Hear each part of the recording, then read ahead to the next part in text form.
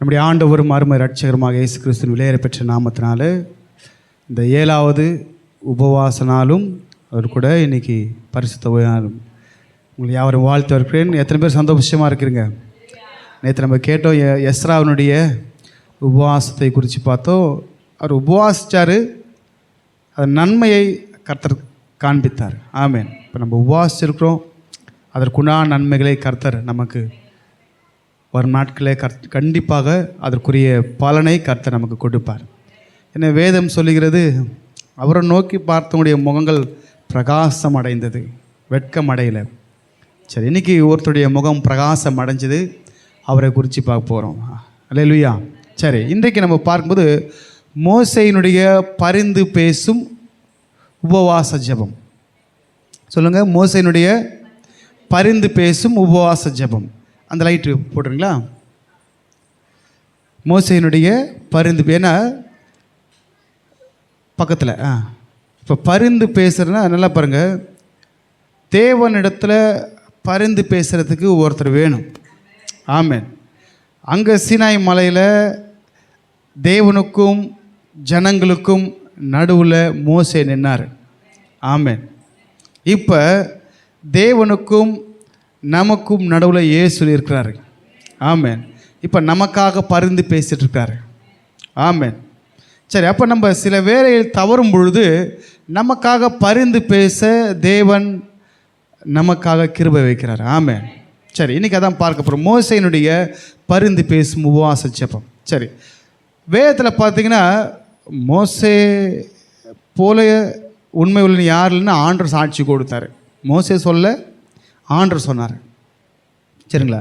இந்த மோசே எத்தனை தடவை உபவாசம் இருந்தார், எத்தனை நாட்கள் இருந்தார்னு பார்க்கும்போது அவர் தன்னுடைய வாயினால் சொன்னார். உபாகமம் 9ஆம் அதிகாரம் நீங்கள் எடுத்துக்கொண்டீங்கன்னா 9ஆம் அதிகாரம் 9ஆம் வசனம் வாசிக்கும் பொழுது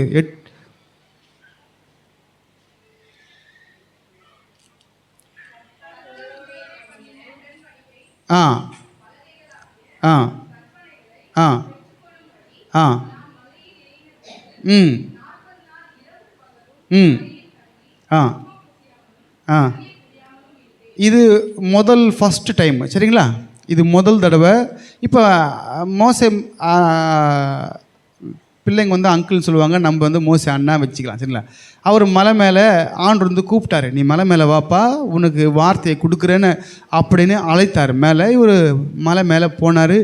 7 நாள் காத்துட்டு இருந்தார். அதுக்கப்புறம் தான் 7ஆவது நாள் வார்த்தை வெளிப்பட்டது. ஆமேன். நம்ம 7ஆவது நாள் உபவாச நாள்.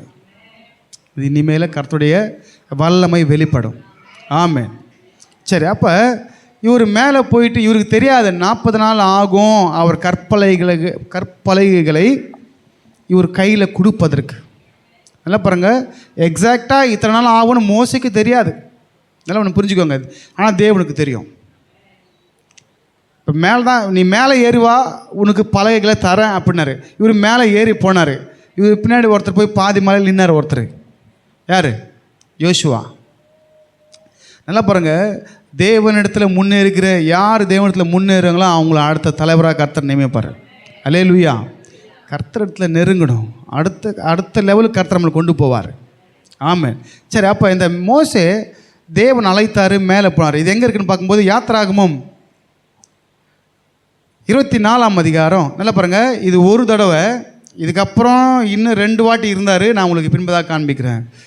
24:18 சொல்லப்பட்டிருக்கு, மோசே மேகத்தின் நடுவிலே பிரவேசித்து மலையின் மேலே ஏறி எத்தனை நாள் இருந்தார்? 40 நாள் இருந்தார். ஆமேன். இது முதல் தடவை. நல்லா பாருங்கள், நல்லா நீங்கள் ஒன்று பார்த்துக்கோங்க. இவரு மேலே ஏறி 40 நாள் இரவும் பகலும் அப்பம் புசியாலும் தண்ணீர் குடியாமலும் இவர் இருந்தார். கீழே தம்பிங்க, தங்கச்சிங்க, அண்ணன், அக்கா எல்லாம் என்ன பண்ணாங்க? என்னங்க பண்ணாங்க? சாப்பிடாமல் இருந்தாங்களா?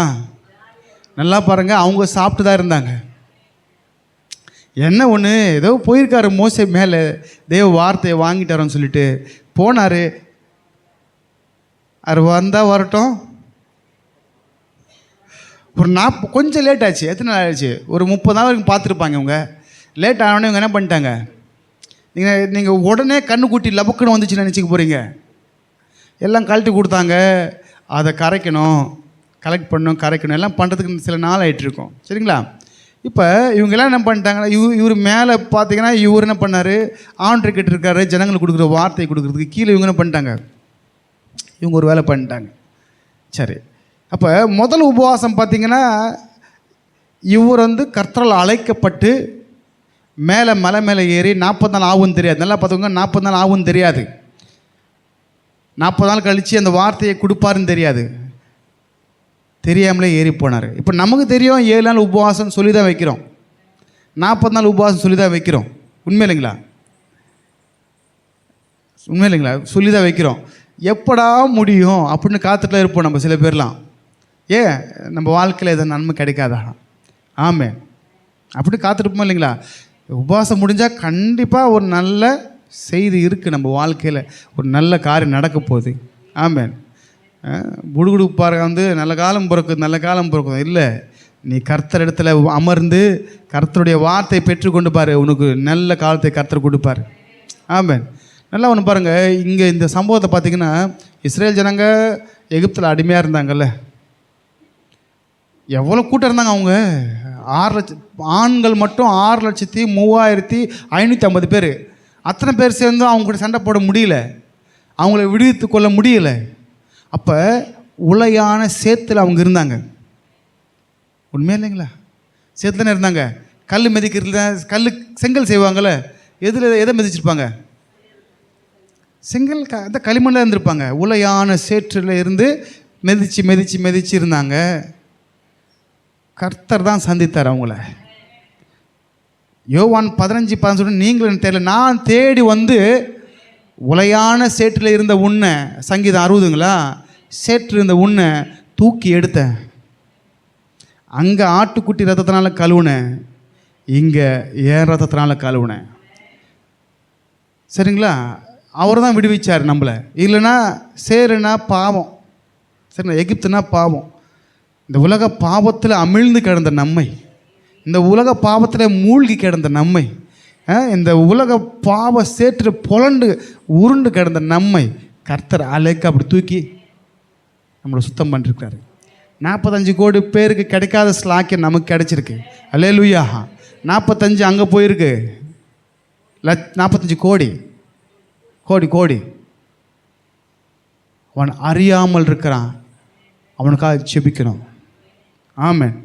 தேவன் எது என்பதும் தேவனுடைய வார்த்தை எது என்பதும் தெரியாமல் சிருஷ்டிகரை தொழுது சேவியாமல் சிருஷ்டியை தொழுது சேவிக்கிறான். எகிப்துக்காரனும் நதியை கும்பிட்டான், பார்வோன்னு, நைல் நதியை. இவங்களும் நதியை கும்பிடுறாங்க. என்ன வித்தியாசம்? ஒன்றும் இல்லை. சரிங்களா? ஆனால் நதி தெய்வம் அல்ல. நதி வாயில் அடித்து ரத்தம் வர வச்சார்ல, அவர் தான் தெய்வம். அல்லேலூயா. எப்படி அந்த ஜனங்களை அந்த சேத்துலேருந்து வெளியே தூக்கிட்டு வந்தாரோ, அப்படி நம்மை கர்த்தர் இந்த உலக பாருங்கள், இந்த உலகம் பாவ வாழ்க்கை பாவத்துக்கு பவர் அதிகம் தெரியுமா? ஈஸியாக அட்ராக்ட் பண்ணும், நம்மளை மயக்கும். தேவ வார்த்தை கடினமாக இருக்கும், ஆனால் நன்மை இருக்கும். பிசாசு வார்த்தை நைஸாக இருக்கும். ஏவாள் விழுந்து போனது பிசாசு வார்த்தையில். அதனால் ரொம்ப ஜாக்கிரதையாக இருக்கணும். உலகம் நம்மளை அப்படியே காமிக்கும். நல்லா பாருங்கள், பெண்ணு மாதிரி காமிச்சு அப்புறம் பிசாசாக மாறாது. அது பேர் என்ன சொல்லுவாங்க? மோகினியா. அழகான பொண்ணை தான் காட்டும், அப்புறம் தான் அது பேயை மாற்றி காமிக்கிற மாதிரி காமிக்கும். அப்படி தான் பாவம் ஃபஸ்ட்டு அழகாக காமிக்கும். நாள் போக போக அதனுடைய ரூபம் நமக்கு வெளியே பட்டுரும். ஆமென். சரி, அப்போ இந்த ஜனங்களை தேவன் தான் வெளியே கொண்டு வந்தார். சொல்லுங்கள், ஜனங்களை தேவன் தான், என்ன தேவன் தான் கொண்டு வந்தார். நல்லா பாருங்கள், 45 கோடி பேருக்கு கிடைக்காத ஸ்லாக்கியம் நமக்கு கிடைச்சிருக்கு.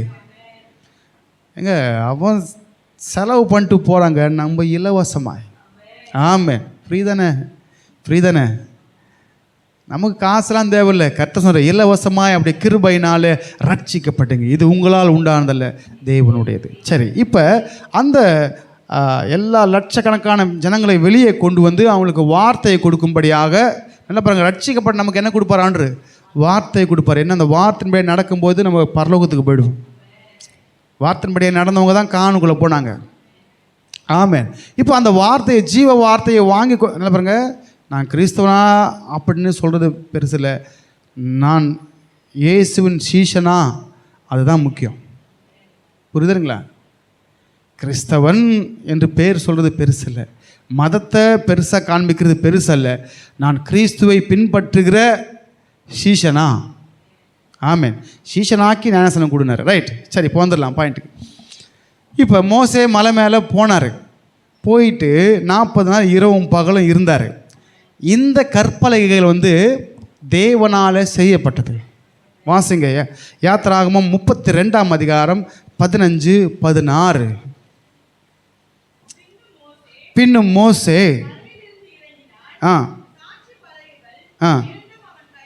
அவன் கையில் இருந்தது. அந்த பலகைகள் இருபுறமும் 2 பக்கமும் எழுதப்பட்டது. 2 பக்கத்தையும் எழுதியிருந்தது. ஆமாம், இதுதான் பாயிண்ட்டு. இந்த பலகை யார் செஞ்சது? எங்கேருந்து செஞ்சார்? இப்போ ரேடோ வாட்ச் இருக்குது, ரேடோ வாட்ச் இருக்குல்ல, அது மேட் இன், எனக்கு தெரியாது ஏன்னா நான் வாங்கலை. எனக்கு டைமெக்ஸ் தெரியும், மேட் இன் இந்தியா. இப்போ Timex watch made in India. சரி, ரைட்டு. அது இங்கே இருக்கிற பொருளை வச்சு மேட் பண்ணால் மேட் இன் இந்தியா. இப்போ ஆண்டர் மேட் பண்ணார், அது மேட் இன் எங்கே? Mat in heaven. புரியுதா இல்லைங்களா? Mat in heaven. அவர் உண்டாக்கி, அவரே அந்த பலகைகளை உண்டாக்கி, அந்த பலகை கலந்து ப்ளூ கலர், சரிங்களா, ப்ளூ கலர் அவர் பாதத்திலிருந்து எடுத்து அதில் கர்த்தர் தம்முடைய வார்த்தைகளை, அப்படியே வாசிங்களேன், அந்த பலகைகள் தேவனால் செய்யப்பட்டதாயும் அவைகளிலே பதித்த எழுத்து. இப்போ இது தேவனே எழுதினது, சரிங்களா? தேவனே செஞ்சார், தேவனே எழுதினார். தேவன் எழுதுவாரா? பரலோகத்தில் ஜீவ புஸ்தகம் ஒன்று இருக்குது, ஞாபக புஸ்தகம் இருக்குது. தெரியுமா அந்த 2 புஸ்தகத்தை பற்றி உங்களுக்கு? ஜீவ புஸ்தகம் அப்படின்னா நீங்கள் எப்போ ஏசப்பாவை ஏற்றுக்கொண்டு ஞானஸ்நானம் பெற்றுக்கொண்டு ரட்சிக்கப்படுங்களோ, ஜீவ புஸ்தகத்தில் உங்கள் பேரை எழுதுவார். மோசே சொன்னார், ஜீவ புஸ்தகத்தில் என் பேரை கிறுக்குன்னாரு. உன் பேரை நான் எங்கே இருக்கணும்? எவன் பாவம் செஞ்சாலும் அவன் பேரை கிறுக்கிறேன். அப்போ நீங்கள் எப்போ இயேசுவை ஏற்றுக்கொண்டு ஞானஸ்நானம் பெற்று ரட்சிக்கப்பட்டு அவருக்கு ஒப்பு கொடுக்குறீங்களோ, உங்கள் பேர் அங்கே எழுதிடுவார். 2வது ஞாபக புஸ்தகம். நம்ம வாழ்க்கையில் நம்ம என்னென்ன செய்கிறோன்றதை இன்ச்சு நொடி நொடி எல்லாத்தையும் பக்காவாக எழுதி வைப்பாங்க. இல்லைன்னு சொன்னால் டக்குன்னு 70 mm இல்லை, பெரிய mm போட்டு காமிப்பார் இல்லைங்களா? ஒருத்தர் சொன்னார், எங்கள் அப்பா தரிசனத்தில் கூப்பிட்டு போனார், அவர் செஞ்சதெல்லாம் போட்டு காமிச்சாராம் அப்படின்னு சொன்னாராம். போட்டு காமிப்பாரா இல்லையா? இங்கே இந்த ஸ்க்ரீன் போட்டு உங்களுக்கு காமிக்கிறேன், ப்ரொஜெக்டர் போட்டு. குப்பை நானே இதை வச்சு காமிக்கும்போது அவர் வானத்தில் மெல்லிய திரையாய் விரிச்சிருக்கிறாரு, அவர் ஒரு காமிக்க மாட்டாரா என்ன? அதுதான் ஞாபக புஸ்தகம். சரி, ரைட். இந்த 2 புஸ்தகங்கள் இருக்குது. நம்ம வாழ்க்கையில் ஏசப்பாக்காக என்ன பாடுபட்டோம், என்ன செய்தோம் அதையும் சொல்லுவார், என்ன தவறு செஞ்சோமோ அதையும் சுட்டி காமிப்பார். எல்லாம் இருக்கும், வரி வரியாக இருக்கும், டெய்லி நம்ம செஞ்சது. சரி, அதனால் நம்ம என்ன பண்ணோம்? கர்த்தர் கடினமுள்ளவர் இல்லை, நம்ம மன்னிப்பு கேட்கும்போது அவர் சாந்தம் உள்ளவர். இந்த ஜனம் கூட வந்துட்டாங்க, வரவல்ல தவறு செய்கிறாங்க. மோசே அவங்களுக்காக பரிந்து பேசுகிறார். அவங்களுக்கு மோசே மாதிரி எங்களுக்கு ஒரு இங்கே நிற்கிறேன் பரிந்து பேசுகிறதுக்காக. அல்லேலூயா. சரி, இப்போ இந்த பலகைகள்லாம் made in heaven, written by God. Blue கலரில் இருந்துச்சு, சரிங்களா? அந்த கல் இங்கே கிடைக்காதான், அந்த கல். சரி, ரைட். இப்போ உபாகமம் வந்துருங்க, 9ஆம் அதிகாரம் 8ஆம் வசனத்தில் சொல்கிறாரு, கர்த்தர் உங்களை அழிக்க நினைத்த போது, வாசிங்க, உபாகமம் 9ஆம் அதிகாரம் 8ஆம் வசனம். ஓரேபிலும் என்ன தெரியுமா கடுங்கோபம் உண்டாக்குனாங்க? இவர் மேலே போய் வார்த்தை வாங்கிட்டு சொல்லி கண்ணுக்குட்டி பண்ணிட்டாங்க. கீழே கண்ணுக்குட்டி பண்ணதால் கடுங்கோபம் வந்துச்சு ஆண்டவருக்கு. கடுங்கோபம் உண்டாக்கினதாலும் அழிக்கத்தக்கதான உக்கிரம் கொண்டார். ஆ ஆ ஆ ஆ ரைட், ஓகே. இப்போ கோவம் இருந்துச்சுன்னா, கோவம் எதுக்கு வந்துச்சுன்னா அதுக்கு ஆன்சர் பார்த்தீங்கன்னா 32ஆம் அதிகாரம் யாத்திராகமம் 4 இருக்குது. அவங்க பொன் கண்ணுக்குட்டி செஞ்சுட்டாங்க. இந்த கண்ணுக்குட்டி பழக்கம் எப்படி தெரியுமா வந்துச்சு? அது எகிப்திய தெய்வங்களில் ஒன்று. தேவன் வந்து எகிப்தியர்களுக்கு மட்டுமல்ல, எகிப்திய தெய்வங்களுக்கும் நீதியை செலுத்தினார் என்று சொல்லப்பட்டிருக்கு. எகிப்தியில் பலவித தெய்வங்கள் உண்டு. தெய்வங்கள் புரியுதுங்களா? தெய்வங்கள் உண்டு. அந்த 10 வாதைகளும் 10 தெய்வங்களை அடித்ததுக்கு அடையாளம். சரி, ரைட்.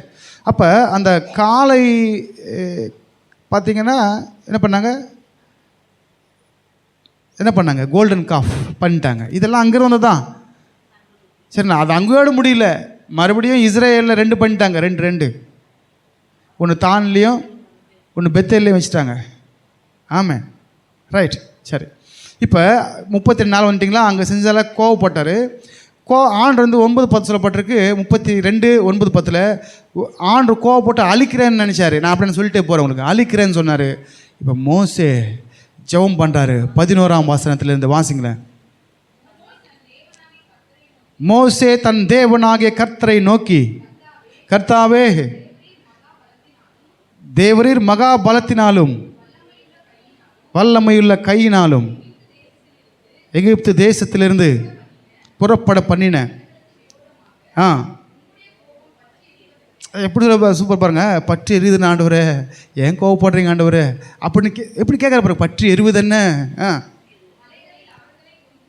மலைகளில், ஏன்னா அந்த ஓரே பேர் வந்து சீனாய் மலை, கொன்று போடுவதும்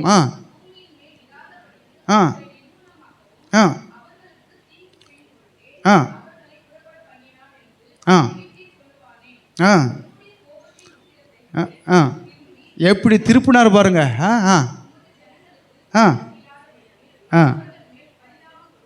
கொண்டுங்கள், என்ன ஒரு ஜபம் பாருங்க. அப்படியே திருப்பினார் டக்குன்னு. அவங்க என்ன நினைப்பாங்க, ஆண்டவரே நீங்கள் கூட்டு வந்து இங்கே அழிச்சு போட்டிங்கன்னா, ஆண்டு சொன்னார், ஏய் நீ சும்மாரு, அவங்களாம் எல்லோரும் காலி பண்ணிட்டு மட்டும் உன்னை வச்சு பெரிய ஜாதாக்குறேன். அவருக்குள்ள சுயம் இல்லை. நான் மட்டும் நல்லா இருந்தால் போதும் நினைக்கல அவர். நான் மட்டும் என் குடும்பம் அப்படி நினைக்கல அவர். ஐயோ ஆண்டவரே, வேணாம் ஆண்டவரே, இவ்வளோ ஜனம் வேணாம் ஆண்டவரே, கொஞ்சம் கருணையாக இருங்க. இப்போ இந்த ஜபத்தை தேவன் கேட்க என்னென்னா அந்த உபவாசம். ஆமென். மோசே இருந்த உபவாசம் தேவன் அவன் ஜபத்தை கேட்க செய்தார். அல்லேலூயா. இப்போ நம்ம இருக்கிற உபவாசம் நம்ம ஜபத்தை கர்த்தர் கேட்க செய்யும். அல்லேலூயா. நீங்கள் அதான் உபவாசம் இருக்கும்போது கண்டிப்பாக கர்த்தரத்தில் கேளுங்க. அது எப்பேற்பட்ட காரியமாக இருந்தாலும் நல்லா பாருங்க, தேவனுக்கு பிரியமான காரியம். ஆமென்.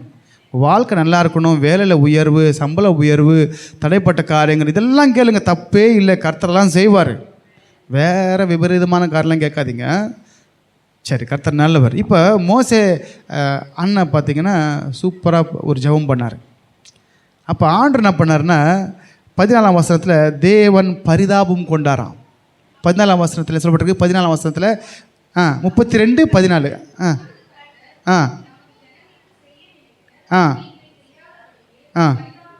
ஆஹா, பரிதாபம் கொண்டாரா இல்லைங்களா? இது வல்லவோ ஜெபம். இன்னைக்கு இந்த சென்னை பட்டணம் அழிக்காமல் இருக்கிறதுக்கு காரணம் சில பேருடைய ஜெபம். ஆமாம். ஏன்னா நடக்காத பாவமெல்லாம் நடக்குதுங்க. எப்படி திரும்பினாலும் பாவம். வாலிப பிள்ளைங்க டோட்டல் வாஷ் அவுட்.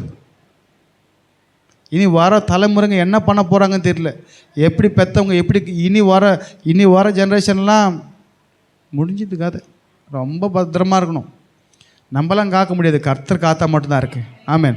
அப்போ சில பேருடைய ஜபங்கள் இன்றைக்கி நம்ம வாழை பிள்ளைங்களை தவறாமல் கொஞ்சம் பிடிச்சி வச்சுருக்கிறது தேவ கிருபை ஜபங்கள். ஆமென். ஏன்னா ஊழியக்காரங்க, நான் மற்ற ஊழியர்களுக்காக ஜெபம் பண்ணுவேன், மற்ற பிள்ளைகளுக்காக ஜெபம் பண்ணுவேன். அப்போ ஒரு ஜபத்தின் மூலம் தாங்கும்போது அந்த ஜபம் தேவனிடத்தில் கிருபையை கிடைக்க பண்ணும். தேவன் நம்ம மேலே பரிதாபம் கொள்ளுவார். ஆமென். சரி, அப்போ முதல்ல உபவாசம் இதுங்களா? இது அவருக்கு தெரியாத உபவாசம். ரெண்டாவது வாட்டி ஒரு உபவாசம் போடுற பாருங்கள். அதே உபாகமம் 9ஆம் அதிகாரம் 18 21 வரைக்கும். ஆ ஆ ஆ ஆ ஆ என்ன எப்படி இருந்தாரா? அவர் ஜாலியாக இல்லைங்க. உபவாசம் இருந்தப்ப அவர் ஜாலியாக இல்லை. ஏன்னா அவங்க செஞ்ச பாவத்துக்காக இவர் மறுபடியும் அதே மலை மேலே ஏறி இப்போ இந்த வாட்டி பலகை நீ பண்ணிட்டு வா. அந்த பலகை உடச்சிட்ட. அந்த உடச்சி துண்டுல என்னாச்சு? துண்டு எல்லாம் பத்திரமா எடுத்து அதில் போடிச்சாங்க. ஏன்னா கர்த்தர் கொடுத்ததில்ல அது. அதை எடுத்து பெட்டிக்குள்ளே தான் போடிச்சாங்கன்னு வரலாற்று ஆசிரியர் சொல்கிறாங்க. அதுக்கப்புறம் மோசே 2 கல்லை ரெடி பண்ணிவிட்டு எடுத்துகிட்டு போவார். முன் போல போய் விழுந்து கிடந்தேன். எப்படி இருந்தாராம்? நினச்சி பாருங்கள். முதலாவது 40 நாள் உபவாசம் தெரியாது. இப்போ நல்லா தெரியும் 40 நாள் உபவாசம் இருந்தால் தான் கர்த்தர் எழுதி கொடுப்பாருன்னு. ஆமாம், உண்மையா இல்லைங்களா? தெரிஞ்சு போச்சு. ஒரு வாட்டி நல்லா பாருங்கள், நம்ம ஒரு வாட்டி அடி வாங்கிட்டோன்னா அடுத்த வாட்டி நம்மளே கரெக்ட் பண்ணிக்குவோம். தெரிஞ்சிடும். முதல் வாட்டி தான் தெரியாது. அடித்தா வலிக்கும், வலி எப்படி இருக்குன்னு தெரியாது. ரெண்டாவது வாட்டி அடித்தா வலிக்கும், அந்த வலி வாங்கிட்டு தெரிஞ்சிடும். அதனால் தெரிஞ்சிட்டு போய் விழுந்து, அப்போ விழுந்து கிடந்தேன்னு சொல்ல, இப்போ விழுந்து கிடக்கிறேன்னாரு. ஆமாம், தாவீது விழுந்து கிடந்தார் உபவாசத்தில். சரி, நான் அதுக்கு போகல. சரிங்களா? ரைட். இப்போ வாசிங்க. இப்போ இது வாசிங்க. 21 வாசிங்களா? 18 21 வரைக்கும் வாசிங்க. ஆ ஆ ஆ ஆ ஆ ஆ அல்லேலூயா. அந்த முறையும் என் மன்றாட்டை கேட்டார். ஆ ஐயோ, ஆரோனை கொன்று போடுறதுக்கு பார்த்தார் ஆண்டு. ஏன்னு சொல்லுங்கள்? கண்ணுக்குட்டி தலைவர் தான் பண்ணார். சிற்பாச்சாரி அவர் தான் கரு பிடிச்சார். ஏன்னா நான் உன்னை எனக்கு ஆசாரியனாக தேர்ந்தெடுத்தேன். நீ என்னடா வேலை பண்ணிருக்க? கண்ணுக்குட்டியை வச்சு இதுதான் பண்ணிட்டு சொன்ன வார்த்தைனது. இவைகள் தான் உங்களை எகிப்திலிருந்து அழைத்து கொண்டு வந்த தெய்வங்கள். ஆமாம். அதனால் அவனை கொல்ல பார்த்தாரு. ஆரோனுக்காகவும் ஒரு ஜெபம் போடு. அப்போ சில பேர் அழிந்து போகாதபடிக்கு ஒன்றே ஒன்று தான், ஜெபம்தான். ஆமாம். இப்போ அங்கே கும்பமேளாவில் போய் அவன் என்ன பண்ணாலும் பரிகாரம்லாம் செல்லாது. இன்றைக்கு நம்ம அங்கே ஜெபிக்கும்போது அவன் ரட்சிக்கப்பட எத்தனையோ அகோரிங்கள்லாம் ரட்சிக்கப்பட்டு இயேசுவை ஏற்றுக்கொண்டிருக்காங்க. எத்தனையோ மந்திரவாதிங்க கர்த்தரை ஏற்றுக்கொண்டிருக்கிறாங்க. புரிதலைங்களா? சாட்சி சொல்லியிருக்காங்க. நான் நிறைய கேட்டிருக்கேன் மந்திரவாதிங்களாம். அப்போ தேவனால் முடியாது ஒன்றுமில்லை. எவரையும் தொட தேவனால் முடியும். நம்மளை தொட்டிருக்காருங்க. ஆமாம், அவங்களையும் தொடுவார். நம்ம தனிப்பட்ட வாழ்க்கையில் ஜெபிக்கணும். ஆண்டவரே அந்த பிள்ளைங்களை தொடுங்க ஆண்டவரே அப்படின்னு சொல்லி. அவங்க இன்னும் பாவிங்கல்ல, அறியாமல் செய்கிறாங்க. அறியாமல் செய்தால் அவங்க ஜெபித்தே ஆக வேண்டும். ஆமாம். அவன் அங்கே போய் குளிக்கிறதால அவன் பாவி இல்லை, அவனை அறியாமல் செய்கிறான். அவனுக்காக நம்ம ஜெபிக்குவேன். ஆனால் ரட்சிப்பு இயேசுவால் மட்டும்தான் முடியும். பாவத்தை கழுவு இயேசுவால் மட்டும்தான் முடியும். ரைட். இப்போ ஆரோனுக்காகவும் ஜெபித்தேனாரு. ஆமேன். ஜெபிச்சார் இல்லைங்களா? ஆரோனுக்காகவும் ஜெபிச்சேன்னு சொன்னார். ரைட். இப்போ வந்துடலாம். யாத்திராகம் 34ஆம் அதிகாரம் 28ஆம் வசனம் சொல்லப்பட்டிருக்கு. யாத்திராகம் 34:28. மோசே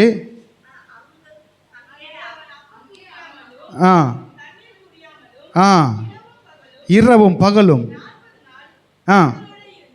கர்த்தரோடு இருந்தான்.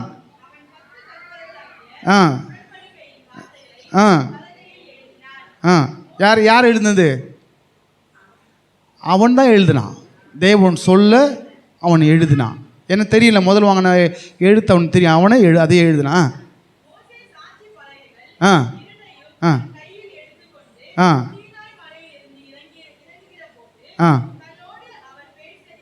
ஆ ஆ இப்போ முதல் வாட்டி முகம் பிரகாசிச்சுதா?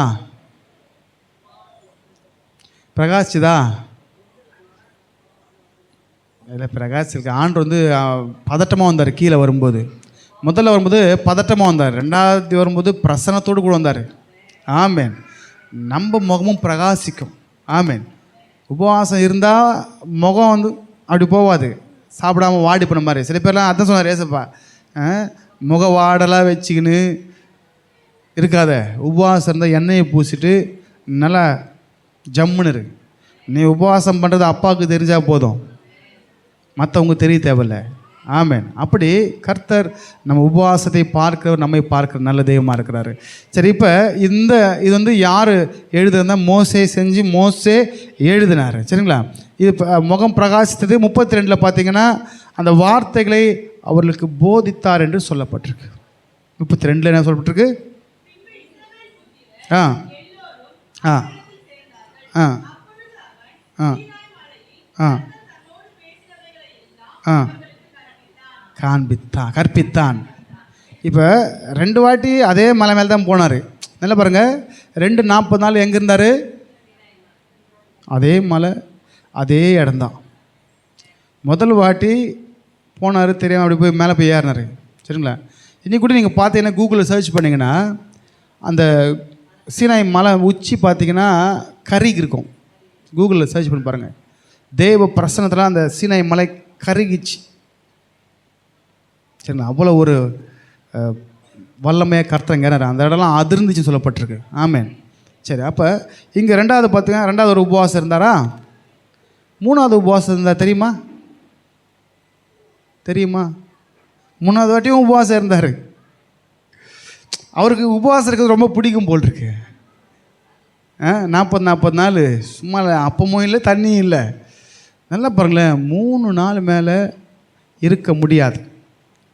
சயின்டிஃபிக்கலாக இங்கே கணக்கு போட்ட பிரகாரம் 3 நாளுக்கு மேலே நம்ம பாடி தாங்காது. சரிங்களா? என்ன தாங்காது?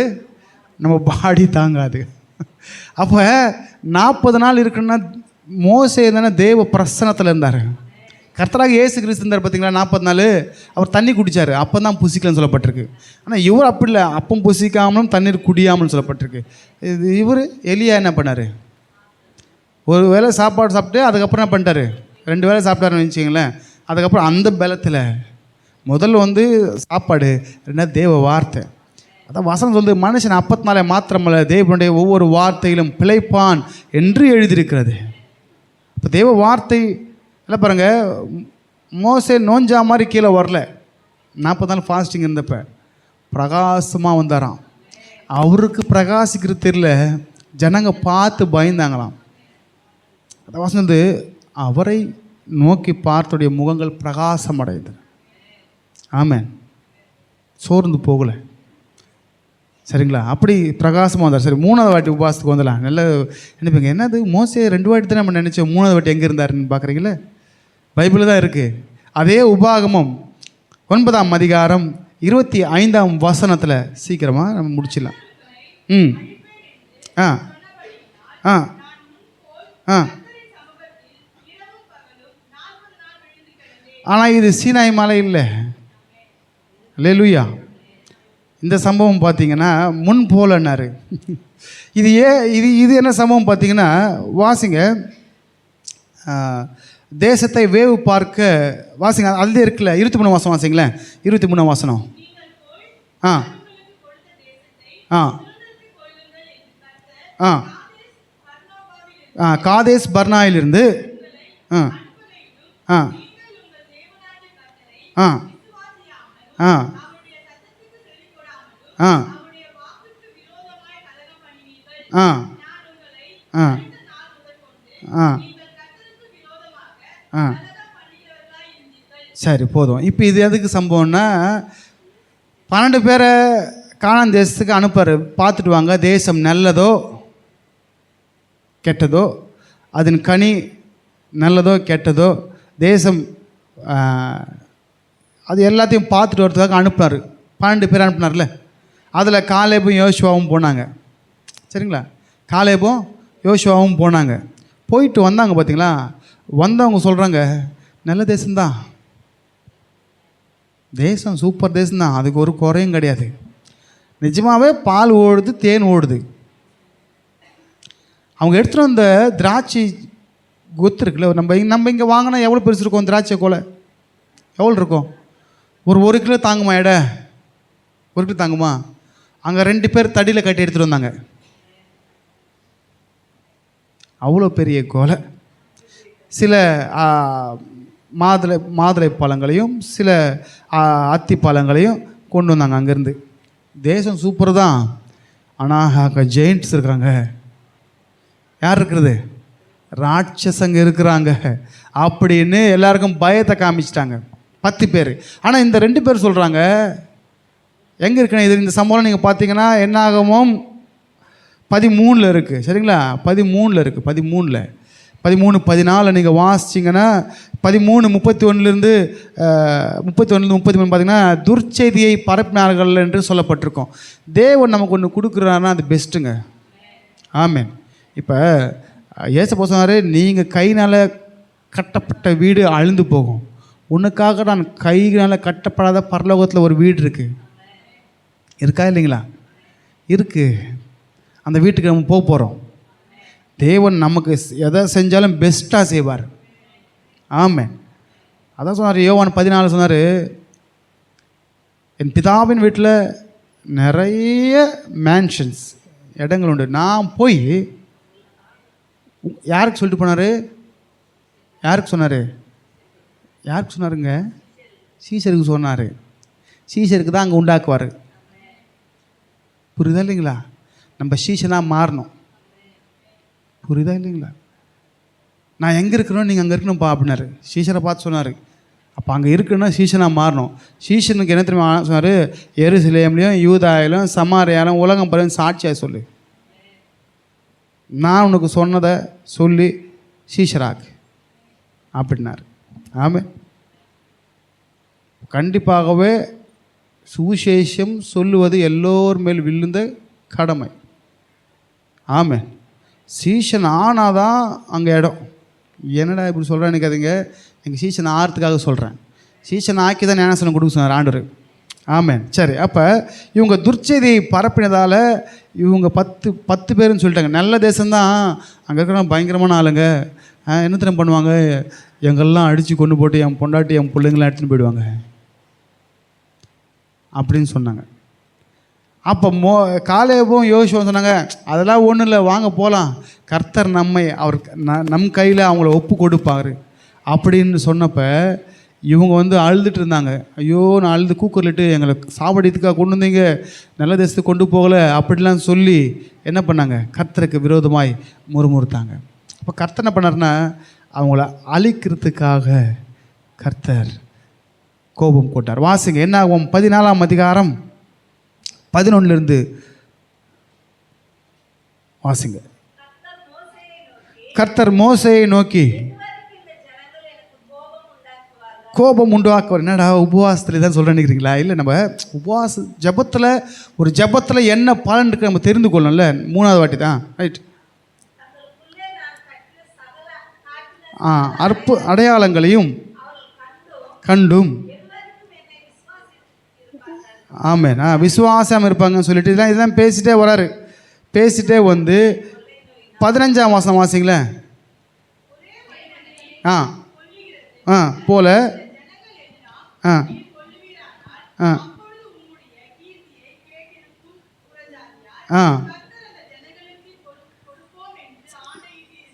இப்போ இது சொல்கிறார், எல்லாத்தையும் ஒரு மனுஷனை கொள்கிற மாதிரி கொண்டு போட்டுருவீங்களா ஆண்டவர் அப்படின்னு மறுபடியும் ஒரு ஜெபம். சினாயில் ஜெபம் பண்ணது இல்லாமல் இங்கே காதேஸ் பாருனால மறுபடியும் ஜெபம். இப்போ என்ன பண்ணார்னா, ஆண்டவர் சொன்ன வார்த்தையை ஆண்டவருக்கே சொல்லி காப்பாற்றினார் ஜனங்களை மறுபடியும். வாசிங்க, இப்போ ஆண்டவர் சொன்ன வார்த்தை எங்கே இருக்குன்னா, யாத்திராகமும் சரி முதல்ல இங்கே வாசிங்க, என்னாகமும் 17 14ஆம் அதிகாரம் 17 19 வாசிங்களேன். ஆகையால் நீடிய சாந்தமும்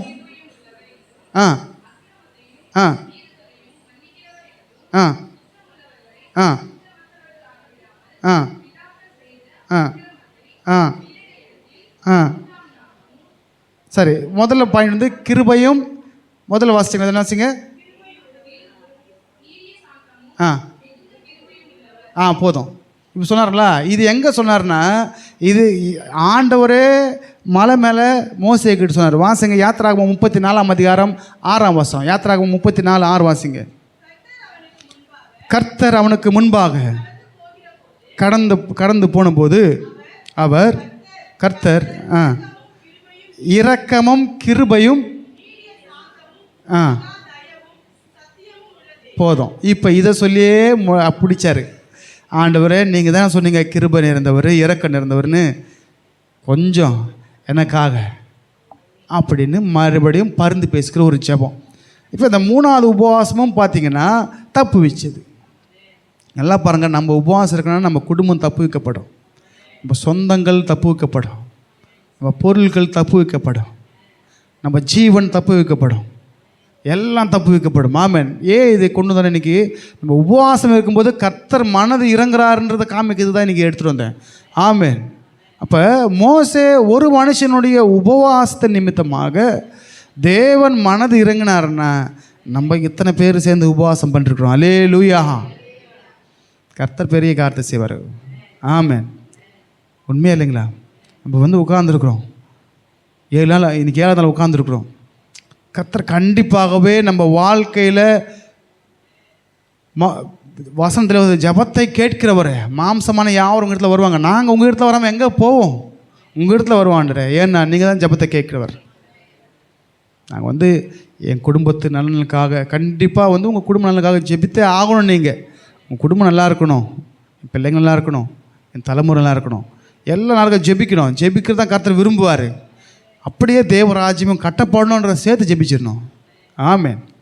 அப்போ கர்த்தர், ஐயோ அவனுக்கும் எனக்கும் சேர்த்து ஜெபிச்சிருக்கிறானே, இவனை எப்படி நான் வெறுமையாக அனுப்புறது, சரி கொடுத்து அனுப்புவோம் ஏதாவது அப்படின்னு ஆசீர்வாதத்தை கொடுத்து அனுப்புவார். ஆமென். கர்த்தர் நமக்காக யாவையும் செய்கிற ஒரு நல்ல தேவன். ஆமென். அதனால் தேவன் நம்ம எல்லாவற்றையும் பார்க்கிறார். ஒன்றை கூட நம்மளை விடவே மாட்டார். நம்ம செய்கிற எல்லா செயல்களையும் கர்த்தர் பார்ப்பார். இது வரைக்கும் நம்ம தப்பிச்சுட்டு இருக்கிறோன்னா யாருடையோ ஜபம். ஆமென். யாருடைய ஜபத்தினாலே இன்றைக்கி தப்பிச்சுட்டு இருக்கோம். நம்ம இல்லைன்னா மோசே ஜபம் இல்லைன்னா அந்த ஜனங்கள்லாம் காலி இட்டிருப்பாங்க, வனாந்தத்துலேயே முடிஞ்சிருக்கோம், ஸ்பாட்லேயே. ஆமென். இப்போ 3வது வாட்டி ஒரு உபவாசம். எனக்கு என்ன ஆச்சரியன்னா, இந்த மோசைக்கு உபவாசம் போட்டு போட்டு நல்லா பழக்கம் போல் இருக்கு. 2வது வாட்டி விழுந்து கிடந்தார், 3வது வாட்டியும் விழுந்து கிடந்தார். ஆமென். இப்போ சமஸ்த ஜனங்களுக்காக ஒரு உபவாசம் தேவைப்படுதுன்னா கண்டிப்பாகவே உங்கள் குடும்பத்திற்காக நீங்கள் உபவாசம் இருந்தே ஆகணும். ஆமென். இப்போ இருக்கும்போது கர்த்தர் பெரிய காரியத்தை நமக்கு நம்ம மத்தியில் செய்வார்.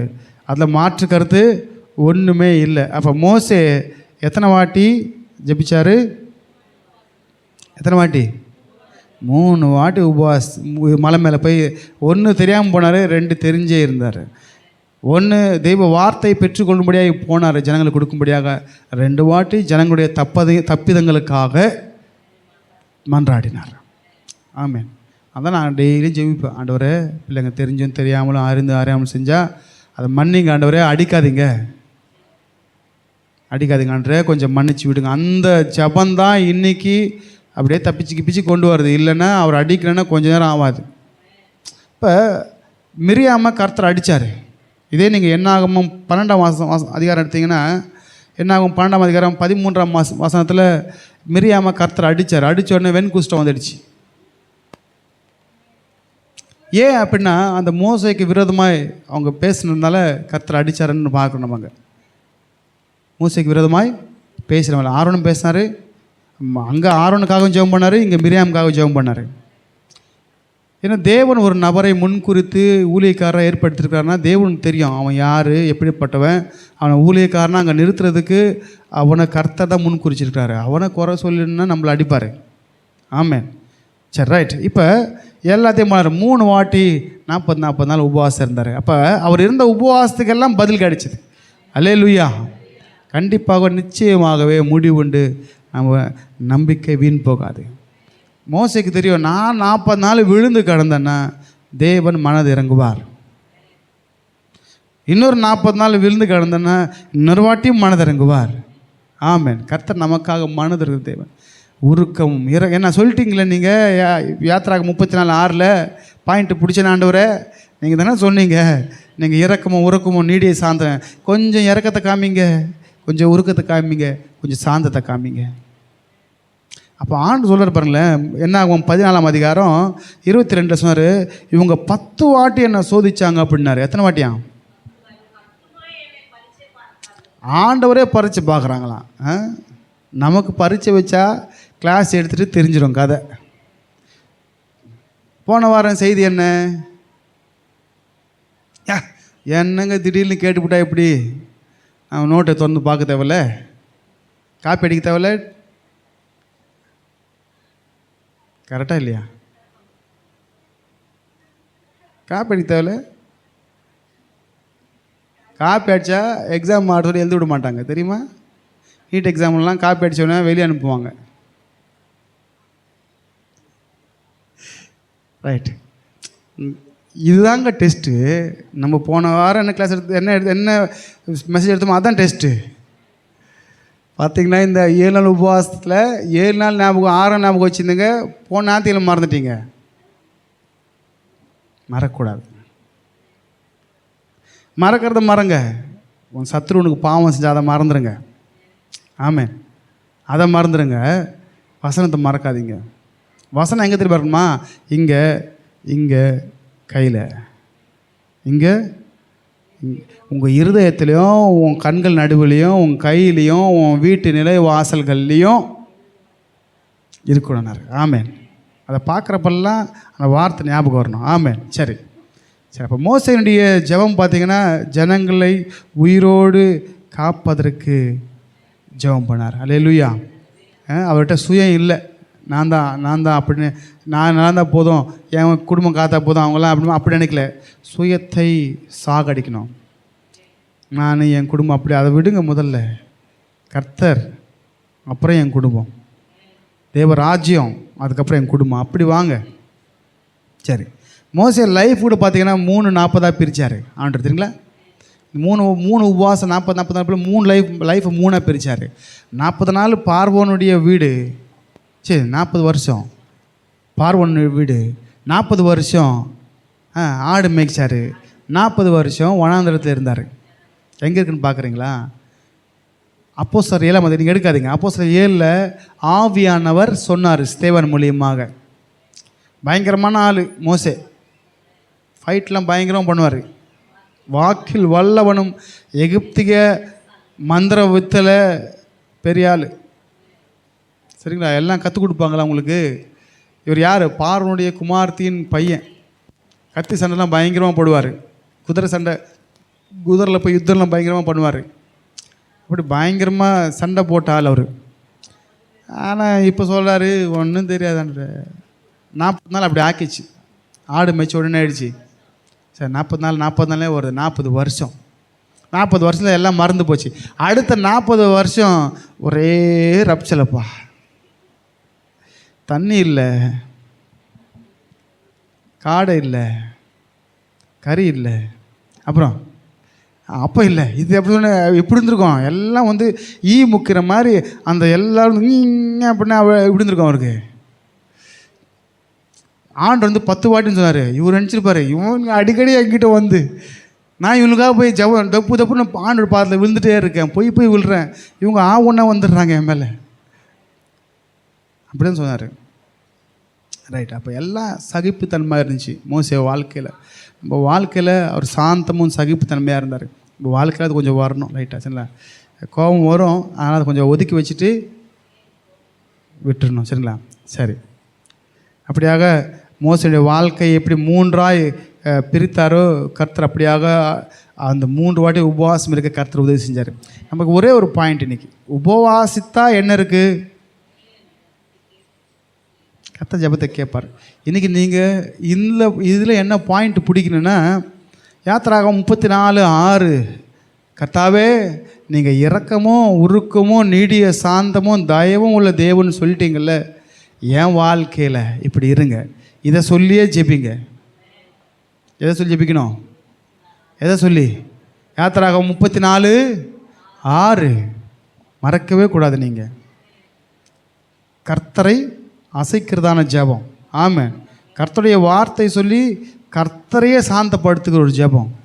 அதை சொல்லி தான் அந்த வசனத்தை தான் இங்கே என்னாகும், அதை கூட நோட் பண்ணி வச்சுக்கோங்க. என்னாகும் 14:17-19 இதை சொல்லி தான் ஜெபித்தார். ஆமென். ரெண்டும் சேம் தான். அதனால் தேவனை சாந்தப்படுத்துகிற ஒரு தன்மையை மோசே நல்லா அறிந்திருந்தார். நல்லா ஒன்று புரிஞ்சுக்கோங்க, தேவனை எப்படி அணுகணும், எப்படி அணுகுமுறை செய்யணும். இந்த வாரம் ஃபுல்லாக நம்ம எப்படி உபவாசித்தால் தேவன் கேட்பார் என்பதை தெரிந்து கொண்டோம். என்ன பண்ணோம்? முதல்ல என்ன பண்ணோம்? உபவாசத்துக்கு முன்னதாக உங்களை தாழ்த்தணும். தாழ்மையுக்கு கர்த்தர் கிருபை கொடுப்பார். சரிங்களா? தேவ சமூகத்துக்கு நம்ம தாழ்த்தணும். நம்ம ஆத்மாவை தாழ்த்தணும்னா உங்கள் தலைகளை தாழ்த்தி அப்படின்னு தலை மட்டும் அப்படி இல்லை, இருதயத்தை தாழ்த்துங்க, மனசை தாழ்த்துங்க. ஏன்னா கர்த்தர் வந்து மூஞ்சை பார்க்க மாட்டார். அடுத்த வாரம் அதுதான் மெசேஜ். இதை பார்க்குறவர் அவர் அழகை பார்க்க மாட்டார், உன் அறிவை பார்க்க மாட்டார், உன் அந்தஸ்தை பார்க்க மாட்டார், உன் பேரை பார்க்க மாட்டார், புகழை பார்க்க மாட்டார். மாறாக உன் இருதயத்தை பார்ப்பார். ஆமென். அப்போ அங்கே வரும்போது நம்ம இருதயம், அதனால தான் அந்த ஆயக்காரன் அடிச்சிட்டான். எங்கே அடித்தான்? தன் மார்பிலே அடித்து கொண்டு. ஆமென். ஏன்னா இதுதான் முதல்ல உன் முழு இதத்தோடும் தேவன் இடத்துல. அப்போ நம்ம ஜெபங்கள் கர்த்தர் சுகந்த தூபமாய் அவருடைய சமூகத்துக்கு போய் சேரும். மோசேயினுடைய இந்த 2 அட்டெம்ப்டும் சக்ஸஸ். காரணம் என்ன? ஜெபம். உபவாசத்தோடு கூட ஜெபம். விழுந்து கிடந்தார். விழுந்து ஆண்டவரே விட்டுருங்க, ஆண்டவரே விட்டுருங்க, விட்டுருங்க, விட்டுருங்க, விட்டுருங்க அப்படின்னு சொல்லி விழுந்து கிடந்தார். அப்படி நம்ம என்ன பண்ணோன்னா, தேசத்திற்காக, நம்ம குடும்பங்களுக்காக திறப்பில் நிற்கணும். கர்த்தர் என்ன பண்ணார்?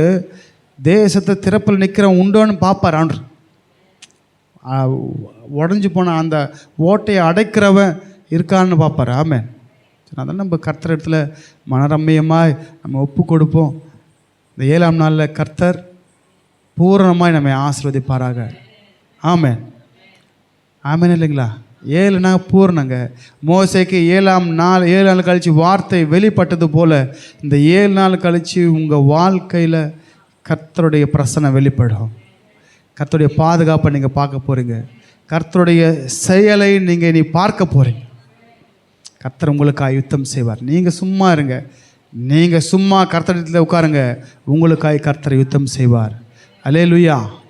ஏன்னா நம்மளை அழைத்தவர் அவர் தான், நம்மளை தூக்குனவர் அவர் தான், நம்மளை கழுவினவர் அவர் தான், நம்மளை நடத்துகிறவர் அவர் தான், நம்மளை இது வரைக்கும் காக்கிறவரும் அவர் தான். அல்லேலூயா. இனியும் காப்பார். எப்போ வரைக்கும்? தேவனுக்கு சித்தமான அவர் வருகை வரைக்கும் நம்மை காப்பார். ஆமென். அந்த தேவனத்தில் நம்ம அர்ப்பணிப்போம். கர்த்தர் நம்ம வாழ்க்கையில் பெரிய காரியத்தை செய்யணும். தொடர்ந்து நம்ம என்ன பண்ணணும்? ஊக்கமாக ஜெபிக்கணும். ஜெபம்லாம் சில ஜெப வீரர்களை நம்ம குறித்து பார்த்தோம். உங்கள் ஜெப வாழ்க்கையில் என்னென்ன செஞ்சாங்க அதெல்லாம் பார்த்து ஒருத்தரை பார்த்து நம்ம அதை ஃபாலோ பண்ண முடியும். ஆமென். ஃபாலோ பண்ணுங்கள். கர்த்தர் உங்களுக்காய் பெரிய காரியத்தை செய்வார். தேவன் உங்களை ஆசீர்வதிப்பாராக. தேவன் உங்களை ஆசீர்வதிப்பாக. தேவன் பெரிய காரியங்கள் மத்தியில் செய்வாராக. ஆமென். பந்திக்காகவும்